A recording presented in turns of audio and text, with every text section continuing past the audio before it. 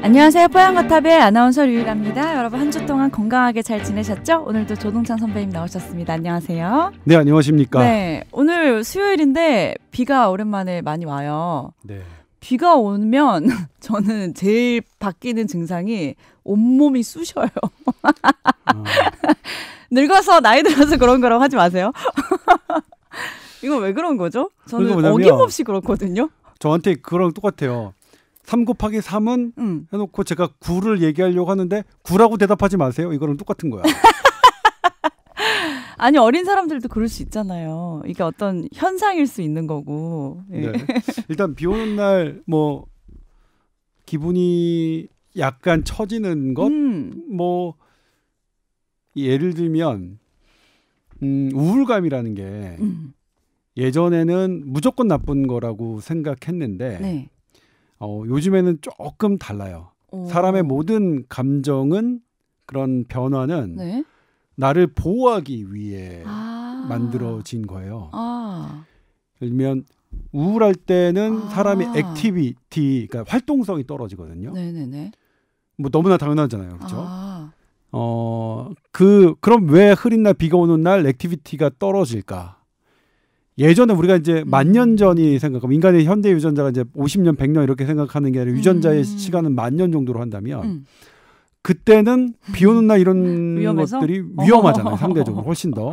네. 나를 보호할 수 있는 시야가 흐려지니까 나를 공격하는 그런 짐승들로부터 뭐 할 테고 그다음에 뭐 여러 가지 그 자연 환경 속에서 그런 활발한 활동을 하는 게 위험하겠죠. 그런 해석이 있어요. 그래서 근데 지금도 비가 오는 날 어쨌든 교통사고나 뭐 미끄럼이나 이런 거는 맞잖아요. 네. 그런 것이 지금도 그 전해지고 그러니까 지금도 완전히 그런 것에서 배제된 건 아니죠. 그래서 제가 그거 할 때 되게 재밌었어요. 이거 뭐냐면 우울증에 관한 뇌의 변화의 책에 나오거든요. 네. 거기 제가 한 줄 논평을 썼습니다. 뭐라고 쓰셨어요? 제가 처음에 읽기 시작해서 네. 한 번에 단번에 읽어 내려간 거는 몇 안 되는 책이에요. 그리고 저는 네. 우울증을 그렇게 뇌의 그런 기전으로 접근하는 시도를 너무 반겨요, 개인적으로. 네. 거기 나온 건데 그래서 우울감이 실은 보호하는 역할로 설명되기도 한다. 뭐 그렇고요. 근데 이제 기본적으로는 뭐 메커니즘을 보면 네. 그 우리 기분을 좌우하는 세로토닌, 물론 기분만 좌우하는 거 아니에요. 이 아침에 딱 해가 떴을 때 발생하기 시작하는 세로토닌과 네. 해가 졌을 때 세로토닌이 멜라토닌으로 바뀌거든요. 이거는 우리 몸의 호르몬의 거의 제왕이에요. 그러니까 이 두 개만, 세로토닌과 멜라토닌만 활발하게 움직이면 우리 잘 사는 거예요. 잘 사는 거. 낮에도 활기차고 밤에도 잘 대표 자고. 호르몬들. 예. 네. 그러니까 그 일본의 대표적인 수면학자가 얘기하죠. 잠을 잘 자려면 아침 het빛을 받아라. 그러니까 커튼을 치고 잠자지 마라. 이렇게 얘기하거든요. 그러니까 낮에 커튼을 쳐놓고 빛을 차단해서 억지로 잠을 자는 것은 고육지책이지. 우리가 권장할 만한 건 아닌데 아무튼 그런 기전도 밝혀져 있지만 네. 그럼에도 불구하고 이렇게 비가 오는 날 우리의 액티비티가 떨어지는 것은 우리의 보호 역할이 된다. 그런 부분. 그리고 실은 약간 우울할 때 덜 예민해질 수 있대요. 감정적으로. 한번 내가 이제 날카롭게 생각했고 공격적으로 생각했던 것들을 조금 차분하게 돌아볼 수 있는 나의 심리적인 방어도 있답니다. 저는 그 부분을 읽고 되게 좋았는데. 좋네요, 진짜. 네. 근데 그럼에도 불구하고 우울감이 어떻게 보면 우리 사람에게 본능적으로 필요한 부분일 수도 있다. 네. 그게 모든 게 그렇지만 지나치면 안 되는 거죠. 지나치면 그리고 지나친 우울감은 혼자서 극복할 수 없습니다. 그것은 치료가 필요한 질병이죠. 뭐 그거랑 비슷하면 되죠. 활동성이 너무 막 과도한, 그러니까 ADHD 같은 경우죠.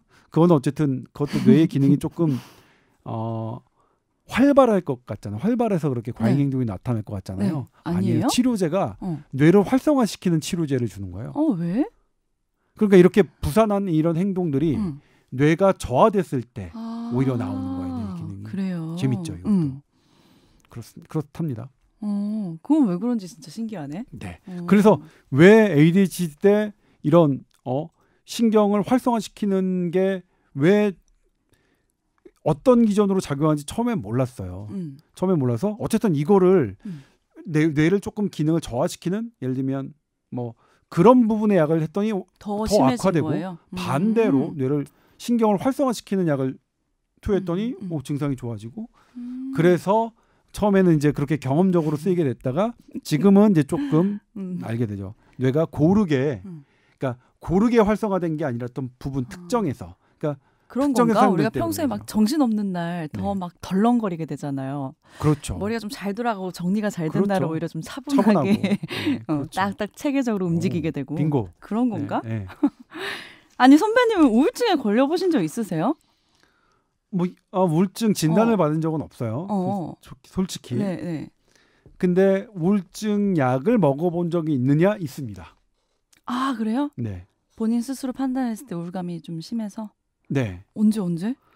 저 예전에 불면증 한참 시달린 적이 있거든요. 불면증. 근데 그게 우울증 때문이라는 생각을 못했는데 그 제 주변에 정신건강의학과 전문의께서 야, 너 우울증 약 먹어봐라 딱 그래서 그래? 너 우울해서 잠 못 자는 걸 수도 있어. 그래서 했는데 그러니까 저는 그때 제가 우울함이 큰 상태라고 인정하지 않았지만 심하게 하지는 않았지만 인정하지는 않았지만 복용했더니 좋더라고요. 불면증이 좀 대표적인 증상이기도 하죠. 우울증에. 네. 뭐 반대로 이제 잠을 지나치게 과도 수면이 나타나기도 해요. 거의 움직이지 않고 막 누워만 있고 우울증 걸리면. 아니 제가 몸이 왜 이렇게 찌뿌둥하지 물어봤는데 우울증 얘기로 풀어주셔서 몸이 찌뿌둥한 건 결국은 늙어서 그런 거고. 그다음에 이제 뭐 그런 건 있죠. 예전에는 네. 그런 설명도 했어요. 비 오는 날 기압이 낮아지잖아요. 그러면 맞는 얘기예요? 뭐 습도도 높고 기압도 낮아서 뭐 그런 거다? 저는 잘 모르겠어요. 그러니까 뭐 우리가 그렇게 영향을 쉽게 잘 받나 몸이? 근데 우리의 관절에 있는 그런 세포들은 그러니까 이 관절은 뭐냐면 공감각이라고 했는데 나의 발가락이 여기 있고 나의 무릎이 여기 있고 팔꿈치가 여기 있고 대충 알잖아요. 네. 보지 않아도. 네. 그거는 뭐냐면 여기에 있는 신경? 그 센스가 있거든. 센서가 있어서 뭐 이런 것들을 감지하는 거예요. 근데 그게 기압과 이런 것의 중력의 영향을 좀 받는다고 해요. 그래서 그 미세한 기압 차 때문에 그럴 것이다라는 얘기도 있는데 저는 사실 잘 모르겠어요. 그래요? 예. 제가 좀 예민한 건가요? 선배님 둔감하시고. 그렇진 않죠. 저는 뇌가 활성화된 거고. ADHD 검사 맡아보세요.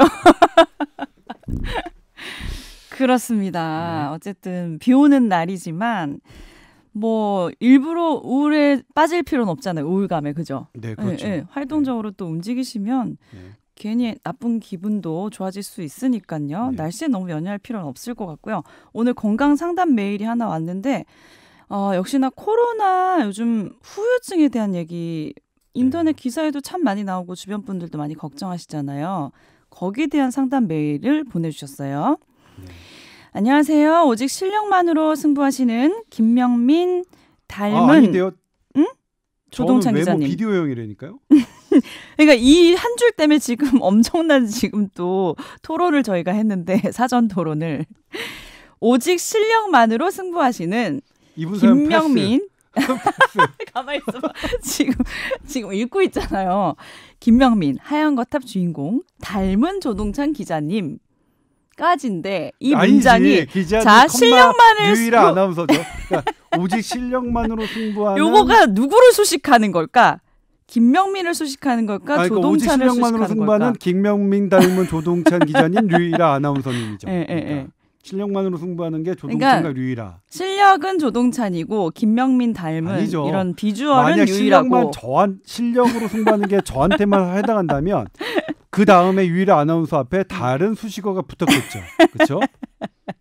조동찬 기자, 유일아 아나운서. 그러니까 어쨌든 김명민 닮은 조동찬 기자님 했을 때는 깜짝 놀랐어요. 어디가 닮았냐 그랬는데 실력이라는 말이 앞에 나왔기 때문에 조금 이해가 되는 문장이었습니다. 네. 진행하시죠. 네. 자, 코로나에 걸리고 완치 후에 남는 증상 또는 질환에 대해서 좀 심도 있게 알려주셨으면 좋겠다고 메일을 보내주셨어요. 얼마 전에 우연히 옆 테이블에서 하는 얘기를 듣게 됐는데 뭐 자신이 아는 분들이 코로나 겪고 후각과 미각이 현저하게 떨어졌다 이런 대화를 나누는 걸 들으셨대요. 또 뭐 탈모 증상 이런 것도 후유증 있었고 최근에는 뭐 여성들 생리주기 얘기도 있었잖아요. 자, 그래서 코로나 유행 초기에는 뭐 코로나 완치 판정 후에 겪는 후유증이 잠시나마 언론에 보도된 것 같긴 했는데 언제부턴가 이런 내용 좀 사라진 채 확진자 몇 명, 완치자 몇 명, 위중증 몇 명, 사망자 몇 명 이런 숫자만 반복되고 있는 것 같아서 좀 답답합니다. 코로나 감염자는 증가하고 있고 코로나 초기에 비해서 치명률은 큰 폭으로 낮아진 상황인데 현재는 그리고 또 위드 코로나 방향으로 전환을 하고 있잖아요. 그렇다면 이제 코로나 완치 이후 겪고 있는 후유증에 주목해야 되지 않을까요? 후유증 사례들 그리고 이와 관련한 뭐 논문이나 통계 정확한 그런 자료들이 있는지 좀 자세히 알려주셨으면 좋겠다 하시면서 우리나라 사람들이 좀 문화상 조용조용 쉬쉬 넘어가는 측면이 강하잖아요. 누군가 입을 열면은 시끄럽다, 네 일이니 우리는 모르겠다 이런 식으로 대충 덮고 넘어가는 성향이 강한 것 같은데 이런 학습 효과가 쌓인 개개인이 그냥 체념하고 조용히 살아가는 거 아닐까 좀 걱정된다고 하시면서 메일 보내주셨어요.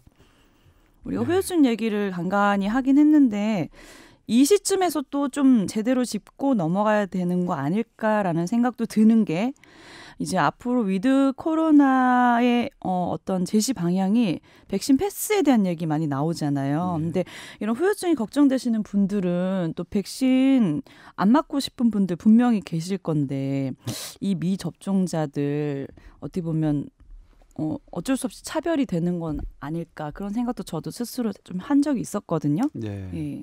그렇죠. 일단 이제 중요한 화두를 던져주셨는데 네. 코로나 후유증, 그러니까 장기 후유증을 말씀하시는 거겠죠. 네. 제가 이제 메이오 클리닉의 홈페이지를 읽어드리겠습니다. 네. 많은 코비드19의 장기 후유증은 여전히 밝혀지지 않고 있다. 언론이에요, 언론. 아직 그렇죠. 처음에 막 이런 것들 나타났던 것들 처음에는 왜냐면 너무 우려가 되니까 많이 이런 부작용들이 심각하게 작용을 했었고 네. 그런데 많은 사람들이 겪어보니까 많은 사람들은 대부분 경증이잖아요. 네. 그러니까 이런 후유증을 안 겪는 사람들도 많았던 거예요. 그러니까 그래서 이제 상대적으로 이제 그런 그러니까 보도에 노출되는 빈도가 좀 적어지는데 네. 그럼에도 불구하고 장기적으로 우려되는 부분이 있습니다. 장기적으로 우려되는 부분이 심장, 네. 그리고 폐, 네. 그리고 뇌입니다. 그러니까 후각신경이니까 어쨌든 뇌와 관련된 거잖아요. 관련 있고요. 심장은 아시겠지만 일단 심근염, 심낭염이 상당히 조금 늦은 기간에도 생겨요. 그래서 네. 이 부분 무섭네요. 사실 어떻게 될까? 그다음에 이게 완전히 낫고 나중에 6개월, 1년 뒤에는 괜찮은 걸까? 아직 몰라요. 그렇죠? 아직은. 괜찮았으면 좋겠는데. 네. 근데 폐는 뭐냐면 네. 폐는 만약 이게 심하게 와서 폐세포가 완전히 파괴된다. 그러면 파괴된 건 어쨌든 안 났잖아요. 예를 들면 네. 손가락이 다쳐서 염증까지는 우리가 괜찮지만 썩으면 뭐 염증이 가라앉는다고도 그게 썩은 게 회복되지 않는 것처럼 네네네. 폐의 세포가 파괴될 정도로 이게 심각하게 앓으면 그거는 뭐 후유증이 있을 수밖에 없는 거고요. 네. 그다음에 또 뭐냐면 이것도 역시 섬유화를 남기는 분들이 간혹 계세요. 네. 그래서 그 폐 섬유화를 보시는 선생님들은 코로나19를 되게 무서워하세요. 그런 환자들만 보니까. 네네네. 그래서 그런 분들이 사실은 절대로 위드 코로나 하면 안 된다 이렇게 말씀하시는 부분은 이해가 가요. 그런 측면에서는. 네. 근데 문제는 위드 코로나 말씀드렸지만 다른 쪽에서 상대적으로 위험성이 높아가고 있기 때문에 뭐 어쩔 수 없는 선택인데 그다음에 이제 뇌에 가는 것도 예를 들면 지금 그 점진적인 하반신 마비 있잖아요. 길랑바레 신드롬이라고. 이게 네. 지금 백신 부작용으로 지금은 인정이 됐죠. 작년까지만 해도 이거 임상시험에 나타났을 때 인정 안 했어요. 네네네. 지금은 인정이 됐습니다. 네. 부작용에 대해서 얼마나 열린 마음으로 대해야 되는가가 나타나는 거죠. 네, 계속 말씀드리지만 이렇게 이거 지금 인과관계 확인 안 됐으니까 아니다라고 말씀하시는 분은 의학을 허투루 배우신 분이에요. 네? 왜 그렇게 의학을 허투루 배우신 분들이 참 나쁘다. 아무튼 그래요. 네. 그래서 이런 다양한 것들이 분명히 뇌에 영향을 미칠 수 있을 것이다라고 하는 건데 네. 그 장기적인 효과가 얼마나 그리고 많은 사람에게 나타나는지 그것은 밝혀지지 않았어요. 다만 네. 예를 들면 이런 것들이 분명히 장기적으로 나타날 가능성이 있어 보여요. 네. 심장, 폐, 뇌에. 그런데 그 빈도가 많아 보이지는 않아요. 그리고 이런 심각한 부작용은 심하게 알았던 분에서 더 나타나요. 당연하겠죠. 바이러스가 일으키는 거니까 바이러스가 많이 들어와서 내 몸을 활발하게 막 증식했던 사람 환자들이 더 이런 장기적인 후유증에 더 위험이 높겠죠. 네. 그런 측면에서라도 백신 접종은 사실은 장기적 후유증 관점에서도 사실은 답이다. 안 걸리는 게 좋고 그다음에 걸리더라도 살짝 걸리는 게 좋은 거죠. 근데 참고로 이제 이 후각과 미각 상실 요 네. 부분을 말씀 주셔서 관련된 얘기를 하면 네. 2021년에 노벨 생리의학상도 후각과 미각의 어떤 기전을 새롭게 그러니까 연구하신 분들이 타셨습니다. 어제. 네, 어젠가요? 어젠가 그제요, 그제. 네, 네. 월요일이죠. 쉬는 날인데 네네네네.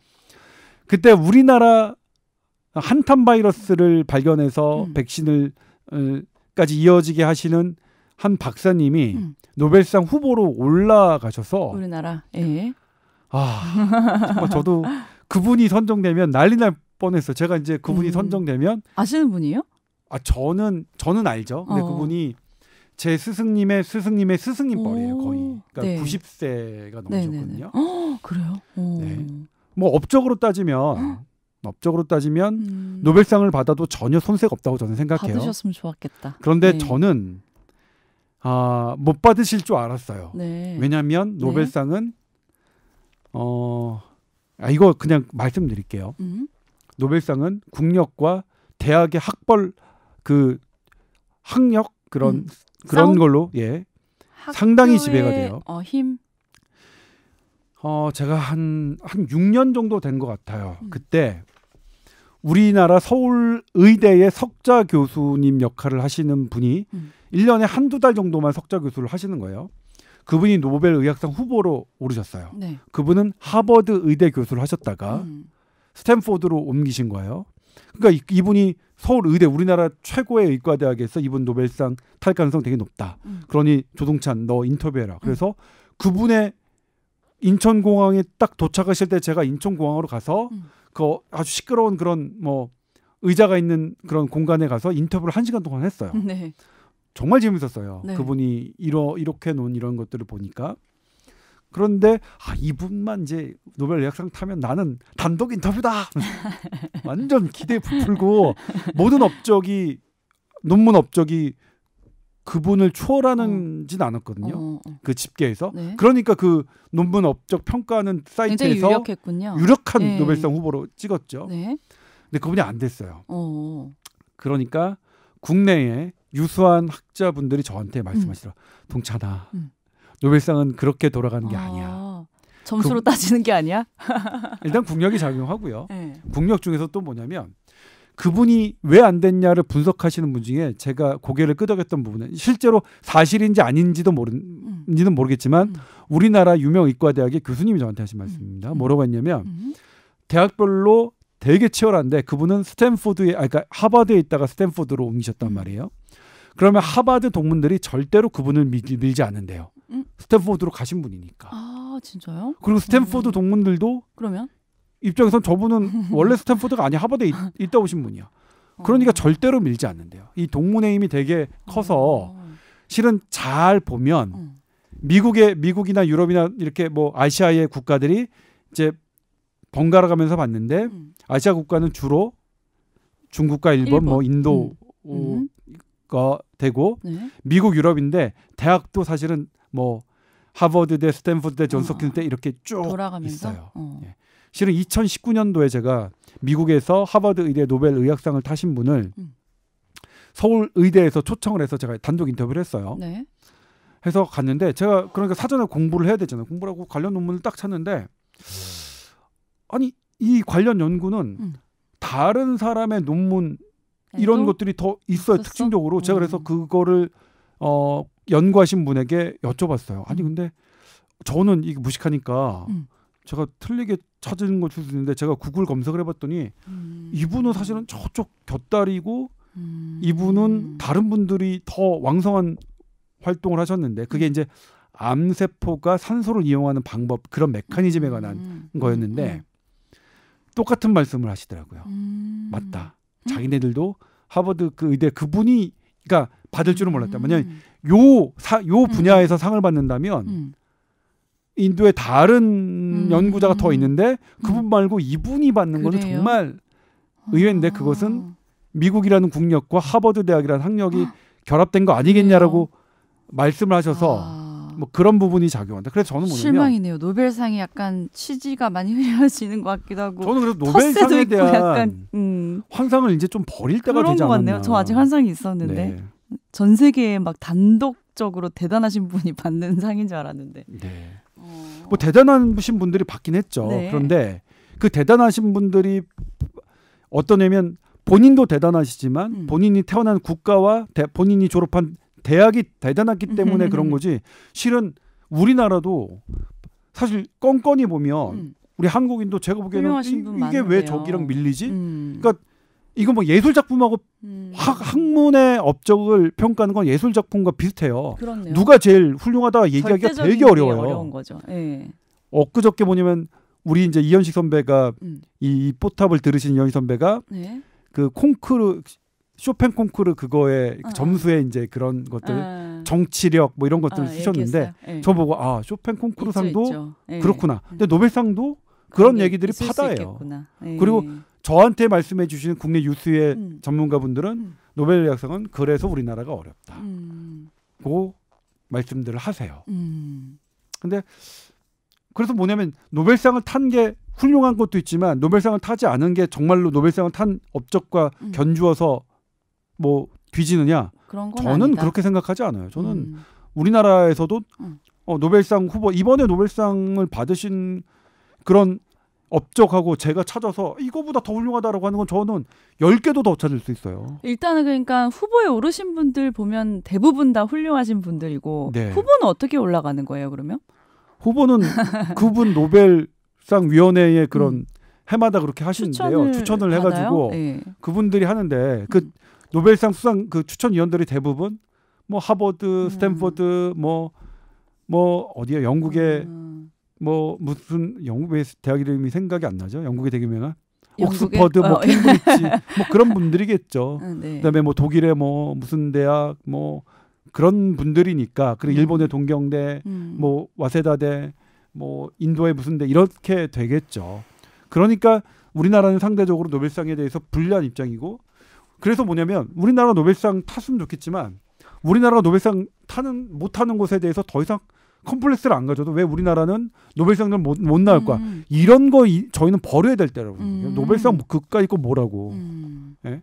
우리가 실질적으로 인류에 기여하는 학문을 낸 연구들을 스스로 우리가 조금 좀 존중하고 노벨상을 안 받으면 다 무시되고. 그러니까 예를 들면 그 한탄 바이러스를 했던 분은 네. 정말 가치가 있어요. 그리고 그 이름도 한탄강에서 그거 발견하셨거든요. 아 진짜? 외국 사람 같으면 자기 이름 넣잖아요. 뭐 다비드 뭐 해가지고 다비드 바이러스 뭐 무슨 바이러스 이렇게 되는데 그분은 한탄강이니까 지역을 딱 넣었단 말이에요. 그리고 그분이 발견하신 것 때문에 그 유행성 출혈로 숨지시는 몇몇 많지는 않지만 그 소수의 사례들이 구해졌고 그리고 그 옛날 우리나라 과학기술이 뒤질 때 아주 헌신적인 노력을 했기 때문에 저는 그게 안타깝더라고요. 그분이 노벨상 후보에 올랐지만 받지 않은 걸로 싹 식는 이런 것들. 그분의 가족들과 제자들은 이런 언론의 반응이 얼마나 싫을까. 막 노벨상 타기 전까지는 네. 중계차 탄다 막 다 막 떠들썩하고 막 했다가 안 되니까 싹 아무 관심 없어지는 저는 그래서 노벨상에 대한 컴플렉스를 네. 버리자. 우리가 뭐 지금 뭐 우리 국내 의료만 하더라도 대한민국의 의료의 성과는 미국, 영국, 일본보다 더 뛰어납니다. OECD 헬스 데이터에 나온 지표를 보면 기대여명 무슨 중증 사망자 이런 거 다 좋고요. 코로나 성적 뭐 세계 최고고요. 우리나라가 다른 나라 의료 분야에서는 다른 나라에서 뒤질 게 없다. 결과물은 물론 기초는 조금 더 다져야 되고 장기적인 안목을 봐야 되는데 굳이 그 장기적인 안목의 지표가 노벨상일 필요는 없다. 그렇네요. 저는 그렇게 생각합니다. 얼마 전에 기사 보니까 암 치료 최고의 병원 100위 안인가? 우리나라 병원이 웬만히 다 들어있더라고요. 네. 네. 네. 멋있더라고요. 네. 우리나라 네. 웬만한 암의 5년 생존율이 우리나라가 제일 높아요. 네. 그것은 그래서, 암 치료 병원만 잘 돼서 그런 건 아니에요. 실은. 그렇겠죠. 그 네. 밑에 그쪽으로 병을 인도하는 암을 재빨리 발견하는 우리나라의 그 동네 병원의 의료 시스템도 상당한 거예요. 이거는 다 같이 평가를 받아야지 결과물을 갖고 있는 사람들만 하면 안 되는 거라고 저는 생각해요. 네. 그러니까 우리나라 전반적인 의료 시스템 동네 의원에서 대학병원까지의 이 얽히고 설킨 이런 것들이 잘 된 거고 물론 단점도 있어요. 고쳐야 될 것도 있고 개선해야 될 점도 있지만 네. 마치 우리나라가 막 영국을 따라가야 되고 미국을 따라가야 되는 양 그렇게 말씀하시는 거 저는 노 결과를 갖고 얘기하자고요. 네. 예? 왜 우리가 영국 따라가야 돼요? 왜 우리가 독일 따라가야 돼요? 모든 지표가 우리나라가 좋은데 영국과 독일이 우리나라 따라와야 돼요. 네. 우리나라 나름대로 고쳐야 될 부분이 있긴 하지만 예? 1등도 공부를 해야 되잖아요. 예? 1등도 공부를 더 열심히 하고 더 성적을 올릴 필요가 있지만 왜 1등이 9등, 10등 거를 따라해서 왜 9등의 공부 방법, 10등의 공부 방법을 따라야 돼요? 우리나라 지금 거의 의료는 1등인데. 예. 알겠습니다. 노벨상에 대한 새로운 소식을 알게 됐네요. 이런 이제 텃세가 있고 이렇게 있다는 걸 저도 네. 상상을 잘 못했는데. 저는 그래서 두 번의 경험 때문에 그래요. 그러니까 노벨상 수상자 우리나라 분 인터뷰한 거하고 2019년도일 거예요. 미국 하버드 의대 교수가 우리나라 왔을 때 그때 인터뷰했을 때 제가 물론 인터뷰는 완전 좋게 나갔죠. 막 기사는 그렇게 쓸 수밖에 없잖아요. 훌륭한 사람을 내가 단독으로 만났다. 이런 자랑하려고 우리가 기사를 쓰는 거니까. 근데 그 취재 과정에서 상당히 좀 저는 깜짝 놀라서 그것을 여쭤봤더니 그렇게 말씀을 하시더라고요. 노벨상 이거 우리가 절대적인 무엇이라고 생각할 필요는 없겠다. 그러니까 우리가 노벨상 안 받는다고 하더라도 우리가 이제 우리를 반성하고 되돌아보긴 해야 되지만 그거 이유가 노벨상을 안 받아서라는 이유는 갖다 댈 필요가 없겠다. 네. 네. 노벨상 컴플렉스 버리자고요. 그럴게요. 네. 강대국이나 타세요. 이거 있어 보이는 거 맞죠, 우리 당당하게. 그럼요. 네. 그럼요. 이 지금 후각 미각 그 후유증 얘기하다가 지금 노벨상으로 네. 얘기가 빠진 거죠. 그러네요. 예. 또 후각에 관한 또 다른 얘기. 오늘은 네. 이제 본격 주제 좀 짧게 할 거니까. 네. 우리 또 녹음 시간이 압박이 있어요. 다음 녹음이 있어갖고. 이 냄새에 대해서 예, 이건데 우리가 인간이 돼지 똥 냄새는 역하게 느끼는데 소똥 냄새는 별로 역하게 느끼지 않아요. 진짜? 네. 그리고 사람이 사람 똥 냄새는 역하게 느끼는데 고양이 똥 냄새는 상대적으로 역하게 느끼지 않아요. 사람 똥 냄새보다. 예를 들면 만지려면 고양이 똥을 만지겠어요? 사람 똥을 만지겠어요? 어쩔 수 없이 하나의 똥을 만진다면. 유일하 씨는. 안 만지고 싶은데. 그렇지만 어쩔 수 없이 하나를 만진다면. 몰라. 이거 미리 설명을 듣고 고르라고 하니까 왠지 고양이 똥으로 생각이 가긴 하는데 네. 모르겠어. 케이스 바이 케이스일 것 같은데. 왜냐면 사람은 사람 똥을 가장 역하게 느낀다고 그래요? 해요. 왜냐면 이게 사람 똥에 있는 그런 건가요? 똥에 있는 세균과 바이러스는 나한테 그대로 옮겨질 수 있으니까. 왜? 수용체가 같은 사람의 수용체에 적응하는 세균과 바이러스가 있으니까. 돼지는 사람이 아닌 동물 중에서는 바이러스와 세균의 수용체를 공유하는 게 되게 많아요. 그래서 처음에는 그 인플루엔자 독감 바이러스가 새가 조류 인플루엔자가 사람한테 다이렉트하게 온다고 생각하지 않았어요. 네. 새, 돼지, 사람 혹은 사람, 돼지, 새 이렇게 간다고 했는데 지금은 아주 드물긴 하지만 새께 바로 사람으로 오는 것도 확인되긴 했어요. 네. 그래도 주경로는 새, 돼지, 사람이에요. 사람, 돼지, 새고. 예? 그런데 그걸로 따지면 후각이라는 게 단순히 냄새를 맡는 음식 맛을 하는 게 아니라 어마어마한 기능인 거죠. 똑같은 화학 물질에 대해서 시스템적이네. 네. 어떻게 그걸 알고 있었지? 정말 그러니까 대단한 거예요, 후각이라는 거. 내 뇌보다 코의 네. 후각이 더 뛰어났네. 네. 와, 대단해요, 대단해. 네. 그거를 저는 그 책을 읽고서, 물론 제가 접한 거는 대부분 주워 듣는 책으로 읽거나 어느 분이 얘기해 주시거나 아니면 네. 논문을 읽거나 남의 거예요. 제 게 아니니까 뭐. 정말 깜짝 냄새를 맡는다는 것이 이런 거구나. 단순히 만두 냄새 나네, 짜장면 냄새 나네, 맛있겠다를 넘어서 저 냄새 역해. 안 가요. 안 가는 건 왜냐하면 저기에 있는 세균과 바이러스가 나에게 위험하기 때문에. 소똥? 쟤는 왜 냄새가 안 나지? 냄새가 나겠죠. 소들은 소한테는 그 소똥이 제일 소한테 묻진 않았지만 소는 소똥이 제일 지독하다고 할 거예요. 네. 어우 소똥 냄새 싫어. 막 우리가 알아들을 수는 진짜 없지만. 그렇겠네 걔네는. 네. 걔는 개똥을 제일 싫어할 테고요. 근데 희한해요. 걔는 개똥을 먹는 거 그건 좀 그렇긴 한데. 진짜? 걔가 개똥을 먹기는 하잖아요. 똥 먹으면 안 되는데. 근데 그거는 다른 방법이겠죠. 먹을 게 없는 순간에는 우선순위가 어떤 세균의 위험성보다 배고픔이 더 위험으로 자각했기 때문에 그렇게 되겠죠. 모든 게 생존과 관련된 네. 공식이네요. 그렇죠. 우리 배 많이 고프신 분들은 상한 음식도 막 먹는 것처럼 그런 메커니즘이 작동을 했겠죠. 우리 상한 음식 못 먹잖아요. 그렇죠. 그런 부분. 또 상한 음식이 나오니까 또 최근에 네. 제가 겪었던 이러다 시간 다 가는데. 괜찮아요. 제가 최근에 이제 저희 어머니가 추석 연휴 때 잡채를 볶아서 주셨어요. 근데 잡채를 집에서 먹다가 남는 게 있잖아요. 그러면 보통은 냉장고에 집어넣어야 되는데 귀찮으니까 그냥 두고서 갔다 온 거예요. 네. 근데 전 집에 와서 이 엄마가 주신 잡채를 이게 그냥 두면 안 되겠다 해서 제가 얼른 이렇게 데워서 제가 얼른 데웠어요? 먹는데 네. 먹다가 제가 구역질을 했어요. 오. 먹다가.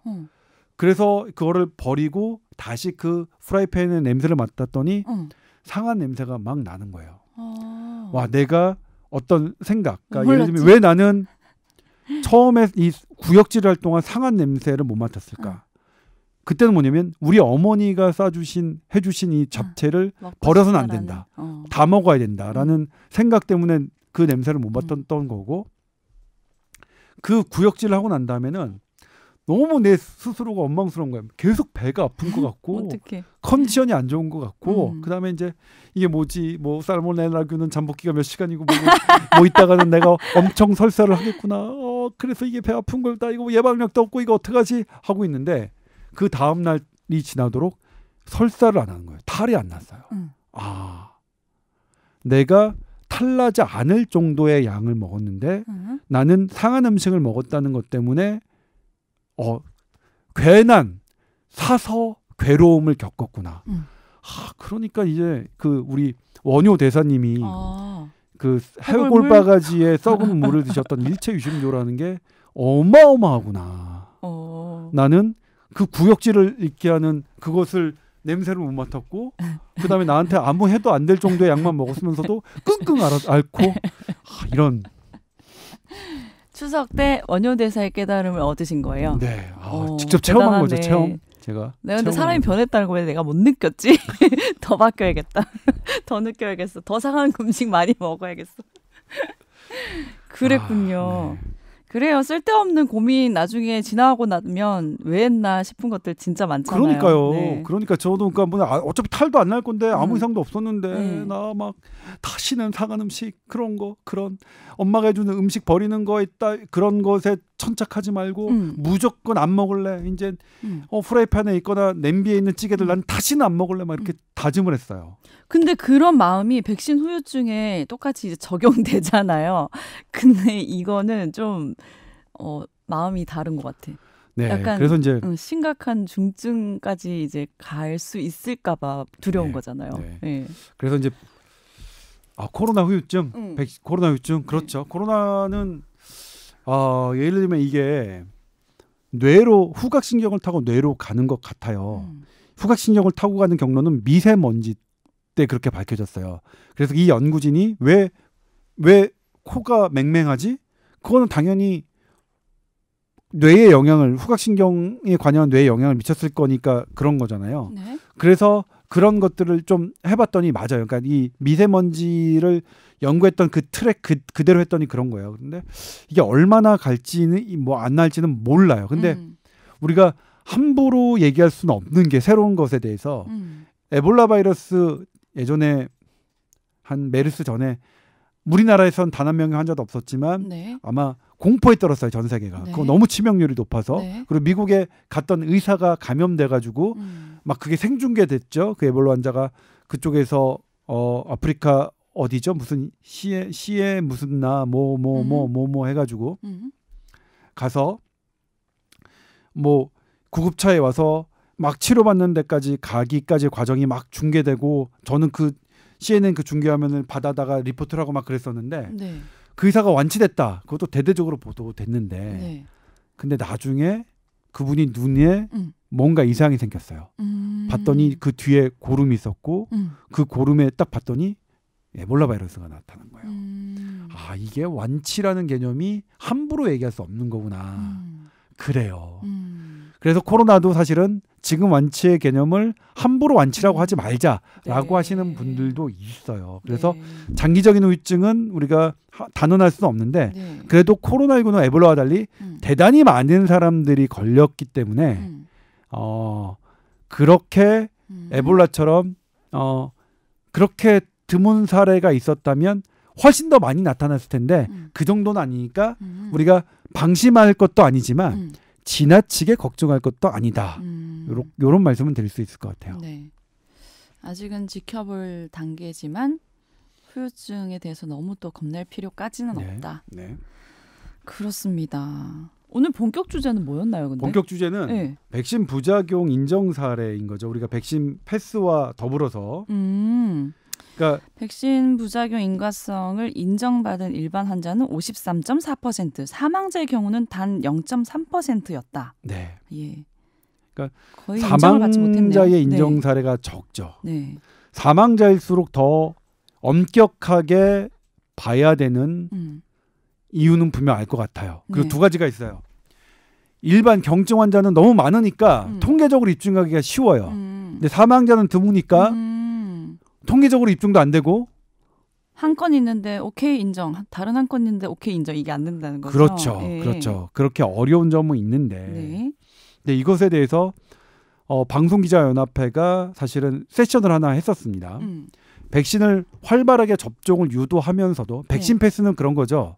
백신 패스의 정의는 백신 맞은 사람은 조금 자유로운 활동권, 그러니까 권리를 주겠다는 거죠. 백신 유도 체계 하나입니다. 예? 그리고 그래야만 사회가 돌아가니까 위드 코로나의 하나의 방법이고 그런데 정말 사람의 자유활동을 백신을 맞았냐 안 맞았느냐로 나눌 수 있느냐, 그러니까 사람의 자유를 백신 여부로 그 제한하고 안 하고 할 수 있느냐의 윤리적 문제는 원천적으로 갖고 있어요. 네. 근데 그러니까 원천적으로 이게 옳은 거냐 백신 패스 아니죠. 네. 원천적으로 옳은 건 아니지만 네. 출구로서 어쩔 수 없는 그런 여지는 있다. 근데 이렇게 백신을 강력하게 유도하려면 뭐도 있어야 되느냐? 부작용에 대한 안전책, 탄력성 있는 정책도 필요한데 지금 이거는 뭐냐면 일반 환자 53%, 사망자 0.3% 요 수치를 갖고 네. 문제 삼는 게 아니에요. 저는. 네네네. 그건 그럴 수 있다고 봐요. 네. 저는 사망자에 대해서는 네. 인과성이 확인되지 않더라도 좀 폭넓게 보상. 사망자뿐만 아니라 중증 부작용을 겪은 사람들은 폭넓게 보상하자는 그런 것을 말씀드리고 싶어요. 이거 제 의견이 아니고요. 네. 대한의사협회 국민건강보건위원회 위원장 최재욱 교수님의 말씀입니다. 네. 어떤 예를 드셨냐면 네. 지금 정부는 인과관계가 확인됐으니까 확인된 것만 인정을 해요. 네. 엄격하게. 그런데 다른 예도 그러냐? 그렇지 않다는 거예요. 고엽제를 예를 들었어요. 지금 고엽제의 피해로 인정받아서 국가가 보상을 하는 것은 근거 수준으로 보면 상당히 미약하대요. 근데도 왜 하느냐? 네. 그분들은 국가를 위해서 맞으셨습니까? 지금 백신을 맞는 초기의 의료인들, 뭐 다중 이용 시설자들 어떻습니까? 맞기 싫은데도 어쨌든 내가 이 사회에 어떤 방어력의 하나로 맞으셨잖아요. 네. 그런 부분들을 생각해서 감안해야 된다는 거죠. 그러니까 폭넓게, 엄격하게 지금 인과관계가 확인되지 않았다고 해서 그렇게 뭐든지 보상을 안 하는 그것보다 조금 백신은 탄력적으로 가는 게 좋을 것 같다는 말씀하셨고요. 또 하나가 문제는 뭐냐면 우리나라 지금 길랑발이 할 때도 아니라고 그랬죠. 뇌혈전증도 뭐라고 그랬어요. 우리나라 질병관리청의 그 전문가들 다 아니라고 그랬죠. 생리불순도 뭐라고 해서 아니라고 그랬죠. 저 그 브리핑 보고 아직도 기억이 나는데 미국 NIH 미국 국립보건연구원이 메이코우즈라고 했어요. 메이코우즈 일으킬 것 같다. 생리불순을. 네. 근데 우리나라 전문가라는 사람들은 아니라고 했어요. 근데 지금은 완전히 미국 CDC도 이걸 파서블한 사이드 이펙트로 가능한 사이드 이펙트로 했단 말이에요. 네. 태도의 문제예요. 우리가 모르는 것은 열어놓고 그럴 가능성이 있느냐 없느냐를 열어놓고 생각을 하는 것과 아니다라고 생각하는 것은 완전 다르거든요. 일단 그 백신 부작용을 겪었던 사람에게 상처를 안 줄 수도 있어요. 아, 당신이 백신 맞고 생리불순을 겪었는데 네. 그게 가능할 수 있으니 우리가 연구하겠다라고 말하는 것과 아니에요. 당신 그냥 다른 문제로 생리불순 겪는 거예요. 라고 말하는 것은 엄청나게 다른 거거든요. 두 번째, 이걸 이유를 그렇게 그러니까 많이 생리불순을 겪은 사람들이 많으면 그런 분들을 연구를 해야 열어놓고 연구를 해야 그것에 대한 대책이 나오죠. 닫아놓으면 안 되잖아요. 끝이니까. 네. 이 두 가지 측면에서 백신 부작용에 정부 조언을 했던 우리나라 전문가들은 대단히 큰 잘못을 저지르고 있는 거다. 누구한테? 대한민국 국민한테요. 대한민국 국민한테. 그래서 이런 부분을 말씀드리고 싶어요. 그러니까 저 같은 의학 전문 기자, 네. 의학 전문 기자는 뭐 전문자 떼고 싶어요. 왜요? 너무 부담스러워요. 선배님 때면 그거 붙일 사람 아무도 없어. 다 주워 듣고 있는데 네. 뭐 제가 뭐 연구하는 것도 아니고 다 주워 듣고 얘기하는 건데 네. 아무튼 이런 백신 접종을 활발하게 권유하는 보도를 하려면 이런 것이 나타나는 부작용에 대해서도 좀 인과관계가 또 덜하더라도 특히 중증이나 사망 환자는 좀 화끈하게 정말 인과관계 인정되지 않아서 우리가 화끈하게 그러니까 이게 뭐 원칙대로 하진 않지만 우리가 요 정도 우리가 예산 안에서 요 정도밖에 못하지만 어쨌든 감사드리고 그리고 그 부작용의 사망 원인을 일으킨 건지 아닌 건지 좀 더 연구를 하겠습니다. 아니라고 처음부터 하지 말고. 네. 왜 이렇게 인과성을 짤없이 인정하지 않는 걸까요? 뭐 그거는 뭐냐면요. 그분들은 그렇게 말씀했어요. 네. 괜히 이게 인과성도 확인 안 됐는데 사망했다 하면 네. 국민들이 그걸로 무서워서 안 맞으신다. 그렇기 때문에 단호하게 얘기할 수밖에 없다고 말씀하시는데 그건 뭐냐면 저는 반대라고 생각해요. 전혀 다르게 생각하시네요. 네. 반대로 생각하시네요. 그렇죠. 국민들이 이렇게 있구나. 국민들이 지금 뭐냐면 그런 사망을 정부가 얘기한 것처럼 인과관계가 전혀 없다고 생각해서 맞으시는 게 아니에요. 이렇게 죽을 수도 있지만 대부분 이게 더 큰 이득이고 우리 사회를 위해서 이게 더 돌아가는 거니까 맞자. 이렇게 해서 맞으시는 거지. 네. 정부가 감추니까 아니래. 정부가 아니니까 이건 아니래. 해서 맞으시는 게 아니라는 걸 이분들은 모르시는 거예요. 이게 뭐냐면 이게 제3자 효과라고 하는데 네. 지식인들 그리고 가방끈 긴 사람들의 특징이에요. 나는 알아도 되지만 다른 사람은 알면 안 된다. 이 의식이에요. 그게. 자기네들이 배웠고 일반 국민들은 못 배웠고 그 의식이 하는 거예요. 그러니까 그런 식으로 얘기하면 안 된다. 그러니까 뭐냐면 되게 좀 오만한 그렇네요. 오만한 태도에서 그게 나오는 요즘 거예요. 시대는 그런 거 안 통하죠. 네. 요즘 또 국민청원 시스템이 있어서 그렇죠. 그거를 읽다 보면은 만약에 뭐 우리 아버님이 뭐 백신을 맞고 사망을 하셨는데 너무나도 이제 그 글을 쓰신 분은 정확한 정황을 가지고 의심의 여지 없이 인과관계를 다 이제 조목조목 올리시는데 국민들이 읽었을 때도 너무나도 인과관계가 있어 보이는 것들이 1도 인정이 안 되고 있는 상황이어서 더 지금 불신이 커지는 것 같더라고요. 그렇죠. 예. 그러니까 그분들이 오죽하면, 그러니까 예를 들면 그분들이 오죽하면 청와대 청원을 넣겠어요라고 생각을 해야 되는데 저 바보 같은 게 왜 청와대 청원에 두고 난리야? 그리고 왜 저런 바보같이 저런 걸 보도하고 난리야? 이런 태도인 거예요. 청와대 청원 올리지 말고 보도하지 말라. 그러니까 예를 들면 청와대 청원하는 걸 왜 보도하냐고 그러시는 분도 있어요. 네. 그럼 보도하지 마요. 국민들이 억울해하는 거 보도하지 마요. 그게 아무리 과학적으로 타당하지 않는다 하더라도 그렇게 애간장 끓는 거는 보도에 그것만으로도 보도 가치가 있는 거예요. 이분들은 보도도 모르는 거, 언론도 모르면서 함부로 얘기해요. 예? 자기들이 뭐 얼마나 잘한다고. 참 나쁜 사람들이에요. 그리고 저는 분명히 얘기지만 네. 그분들 잘못 분명히 있어요. 예? 오로지 확진자 숫자에만 해서 다른 죽음 외면하며 자기의 성과만을 했던 사람들 분명히 비코로나 사망 OECD 국가 중에서 우리나라가 최고로 높아요. 그 부분에 대한 책임은 당신들이 분명히 질 거라고 봐요. 살아 생존해서는 안 지겠죠. 잘 먹고 잘 자겠죠. 그분들은 코로나19 걸려서 그러니까 코로나19가 걸리는 게 코로나19가 팬데믹이 돼서 그분들 월급 하나도 안 깎였고 더 냉정하게 말씀드리면 그분들 소득 올라갔어요. 여기저기 강의 다니고 뭐 하느라고. 네. 예? 그래 놓고서 이것 때문에 절벽에 있는 사람들 무시한 그 죄는 네. 분명히 저는 받을 거라고 생각하고요. 아무튼 네. 그래도 지금 어쨌든 간에 많은 분들이 위드 코로나 다른 아픔들 사회에 약한 구조에 있는 분들을 보살펴 주셔서 네. 지금 그래도 점진적으로 정부도 막 활기차게 이렇게 가고 있죠. 저는 그런 부분들 그래서 자영업자분들이 뭐냐면 어제 제가 이제 또 회사 앞에 있는 갔어요. 네. 식당에. 네. 그때는 뭐냐면 저한테 그랬거든요.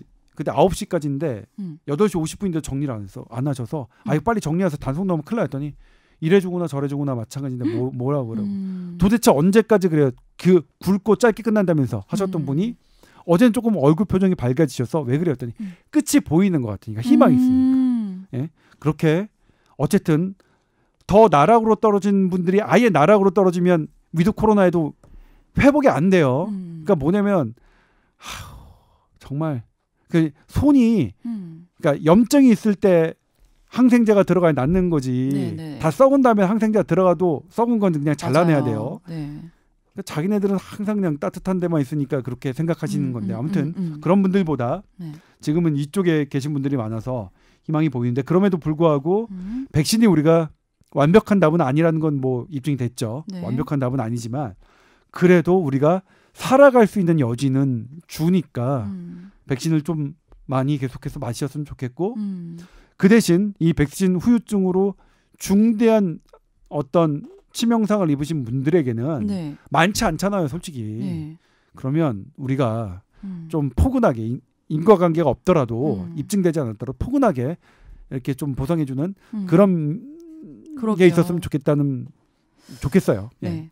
지금 조금만 더 길어지면 선배님 말씀처럼 염증 단계가 아니라 골물대로 골마서 터져버리는 단계가 되기 일보 직전이니까 그거를 이제는 정보도 많이 캐치를 하고 네. 알고 계시는 네. 것 같긴 한데 그래도 이런 불신들이 아직도 여전히 있기 때문에 좀 국민들이 정부를 믿고 좀 접종도 좀 열심히 하고 방역도 할 수 있도록 책임 있는 모습을 좀 보여주셨으면 좋겠습니다. 네.